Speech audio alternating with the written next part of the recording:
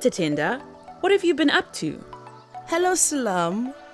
I have been working on a training manual for ARASA to help organizations, human rights defenders, and communities understand bodily autonomy in the context of sexual and reproductive health and rights. That sounds interesting. What is bodily autonomy, Tatenda? Bodily autonomy is the freedom to make your own decisions in relation to your body. It is the right to exercise agency over your body, free from external interference, social or legal sanctions, violence, and discrimination. That sounds a bit complex. Can you tell me more? Of course. Bodily autonomy is about agency.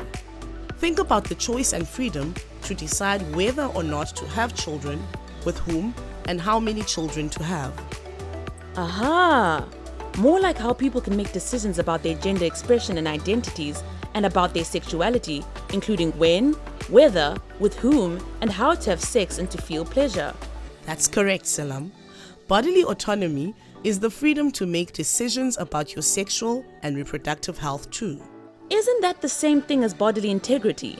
I've heard people use bodily integrity too. Good question.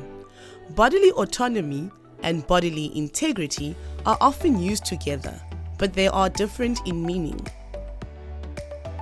Bodily integrity is the right to not have your body touched or physically interfered with without your consent. It is your right to security, your freedom from any form of violence. It also includes freedom from any humiliating treatment and the right to privacy. It refers to the right to be free from physical assaults, rape, violence, torture, medical or other experimentation, compelled eugenic or social sterilization, cruel or degrading treatment or punishment, forced HIV testing, sex assigning surgery for intersex children. Right! Now I understand what both mean. But how do I know when my right to bodily autonomy is being violated? It is when you are denied access to contraceptives and safe abortions. It also includes laws that criminalize same-sex relationships and any restrictions placed on your reproductive health. What about bodily integrity? What are some of the violations that come with it? Female genital mutilation, forced sterilization, sex assigning surgery for intersex infants. Back in 2013 in Namibia, the International Community of Women Living with HIV, Namibia Women's Health Network, and the Legal Assistance Center found a number of women living with HIV who were sterilized without their knowledge or informed consent.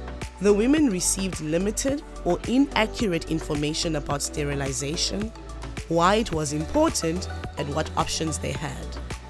They were not given counseling and were rushed to sign the documents, some while they were in labor. Some were even told it was standard practice for women with HIV.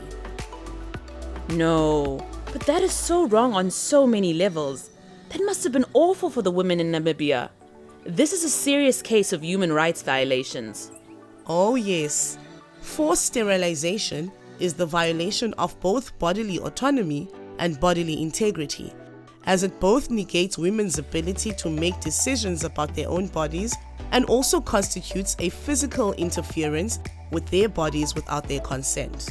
It was, and it continues to be in other parts of the world. The enjoyment of bodily autonomy and bodily integrity is critical to the realization of the full range of human rights. Our bodies are the primary means through which we experience and participate in society. Without full control over our bodies, the full range of human rights for marginalized groups such as young women, sex workers, LGBTI, and people living with disabilities would not be enjoyed. Bodily autonomy and bodily integrity are at the core of our human rights. These include the rights to life, privacy, dignity, expression, health, security of the person, freedom from torture and other cruel, inhuman, or degrading treatment, and freedom from discrimination.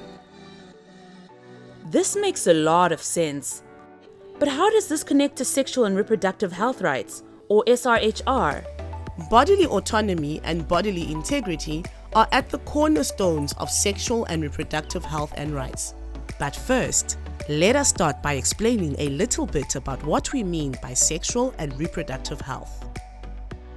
Sexual and reproductive health means physical, emotional, mental, and social well-being in relation to all aspects of sexuality and reproduction. That's it.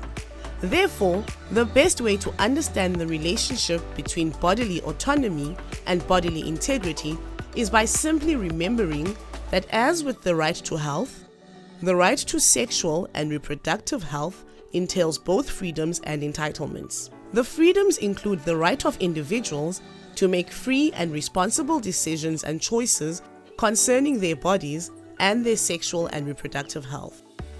This has been super informative, Tatenda. I read on the internet that the achievement of sexual and reproductive health relies on the realization of sexual and reproductive rights, which are based on the human rights of all individuals. Is that true? Yes, that is true. Both autonomy and bodily integrity allow us to understand that issues concerning our bodies are connected, and therefore allows us to understand it from a political, legal, and social perspective. It also gives us a perspective in understanding the power dynamics around our bodies, especially gender equality. Achievement of sexual and reproductive health relies on the realization of sexual and reproductive rights, which are based on the human rights of all individuals to have their bodily integrity, privacy, and personal autonomy respected, freely define their own sexuality, including sexual orientation and gender identity and expression, decide whether and when to be sexually active, choose their sexual partners, have safe and pleasurable sexual experiences, decide whether, when, and whom to marry, decide whether, when, and by what means to have a child or children, and how many children to have access over their lifetimes to the information, resources, services, and support necessary to achieve all of the above, free from discrimination, coercion, exploitation, and violence. Thank you so much for sharing this information with me. It was helpful.